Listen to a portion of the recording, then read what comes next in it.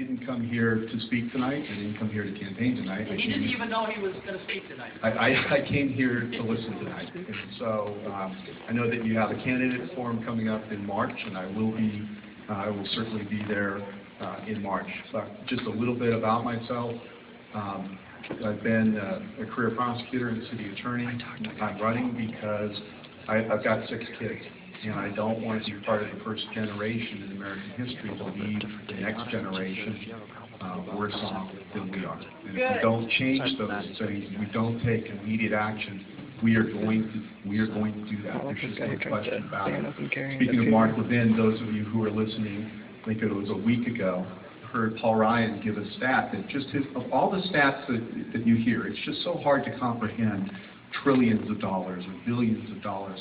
The stat that's really stuck with me was when he was saying that if we don't change anything, I think he even said this doesn't include the debt from the healthcare reform, is that our kids, when they're our age, or Paul Ryan, he's got a 9-year-old as I do, that when the 9-year-olds our age, the lowest tax rate will go from 10% to 25%. The middle tax rate will go to 66%. And the top tax rate goes to 88%. And that's before including all the state taxes in California. And as you know, we have a very high, and who's going to work if 88% of every dollar is going to the federal government?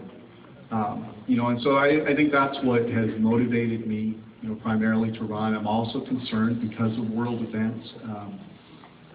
Secretary Napolitano said recently, and the one thing that she has right is she said that we're probably at our greatest risk at any time since 9/11, and talked about the need for relying on local law enforcement, which is absolutely true. There are hundreds of thousands of local law enforcement officers. I've been involved in making certain that the local law enforcement can really meaningfully help protect us. When we first had those red alerts, if you talk to an average patrol officer, they weren't doing anything different. If you look back at all the successful attacks, you could see that there were evidence, there were signs, and they just weren't communicated properly. And so it's something, even little things, like we saw that the government was going to take forever, so a retired police captain and I, John Skipper, started a nonprofit foundation, and we bought the first protective suits for the local law enforcement agencies. September 14th, we had a bomb threat on the pier. Law enforcement did what they normally did. They called military, nothing. Sheriff, nothing. LUCC, we're busy. So we went out and bought bomb dogs for the Sheriff's Department. Sheriff's Department had a bomb team and a dive team, but no bomb techs could dive. So we went out and got them the equipment, dive and surf, volunteered to teach them how to dive, and so then you had bomb techs who could dive. And believe it or not, at the time, the FBI, how many bomb dogs did they have west of the Mississippi? 2. None.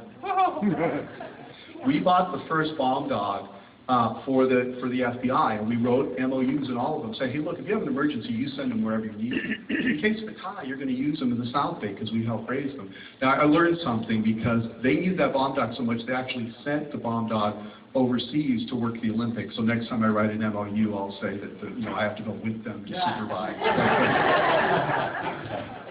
I'm going to address 2 things. One is open carry in Redondo, because I know I see Harley here, and I want to point out just a couple of things. One is that I believe strongly in the Second Amendment. Harley, who's your lawyer? We use Jason Davis. Okay, Jason used to work with who? Chuck Michel. Okay, Chuck Michel is the NRA lawyer. Who did I retain to help advise us on Second Amendment issues? I use Chuck Michel. Okay, and I would say that there are no lawyers, city attorneys in the beach cities who, if they are opposed to the Second Amendment, would hire the NRA lawyer to advise them. I will say I can't talk about specific cases because if there are any other lawyers in here, any advice you give to your clients is confidential. But what I can say is that I believe in the Second Amendment. You absolutely have the right to open carry, without question. The one issue we disagree on is the E-check, meaning can the police officer check to see if it's loaded, lawful? Harley, I think you're an honest man. What has the California Appellate Court said so far on that? I haven't followed up on the California Appellate Court. The only published cases say it's lawful. So as city attorney, I have to advise my clients. These were also pre the Supreme Court decisions, however, Heller and McDonald stating that individuals have a right to carry a firearm for self-defense, and that has to be enumerated through the 14th Amendment all the way to the states. Understood. I agree. And the other issue we have actually is not the E-check, it's the fact that your office directed the police department to redeclare the pier in Redondo Beach as a park to keep law-abiding citizens from open carrying at the pier. Just a couple of things, and again, I'm addressing this just because it's out there. I could, one of the things that's important to me is people will not agree with me on every issue, or if given my role, what I have to rule. But I will always be honest with you. If you look at the definition of the term park in the where guns are prohibited, it includes all dedicated public open space. It is a very broad definition. That is the reality. The other thing I will say is that unlike the DA's office, I don't think that police officers can do more than check to see if the firearm is loaded. The DA's office has put out a memo to law enforcement throughout the county saying they can also check ID based on, I think it's the Hillel case, and that they can also check the serial number and detain the person to run that. I don't think that that is accurate. I disagree with the DA's office on that. So I think the two areas, just given, since we have published cases saying that E-check is valid. Yes? Mike, yes. I want to remind you something. Sure. As a candidate for the 36th Congressional District, yes, you, sir, will take an oath of office to uphold the Constitution of the United States of America. Yes. Every single person in that Congress last year violated their oath of office by the way they voted against the constitutional rights of America. I want to remind you here and now that when you take that oath, you take an oath of allegiance to the Constitution, and I ask you to please act responsibly in accordance with the Constitution on the gun issue. Anything that is not covered in the Constitution is illegal and unconstitutional and should be treated as such. And absolutely, I take my oaths very, very importantly. I take my oath to advise my clients to the best of my ability. Yes? Also, didn't the ban on firearms in parks pass City Council while you were the City Attorney for Redondo Beach? Because it happened just last year. They had, honestly, I would have to look to see if they put that ban in there. I think, and let me look, and I'll get your information and pass it along. It was enacted in May of last year. Okay, and I just, in terms of, now, again, you have the ability, and this is one other, well, anyways, were you the City Attorney in May of last year? I was the City Attorney in May of last year. So you approved a ban on law-abiding citizens carrying firearms in parks. If I could just let you wrap up one thing. And again, I advise my clients to the best of their ability. I brought this up, because I think it's important to know. The one last thing that I'll point out in terms of, I don't think if I was in opposition to the Second Amendment, I wouldn't be seeking the NRA lawyer's position on things.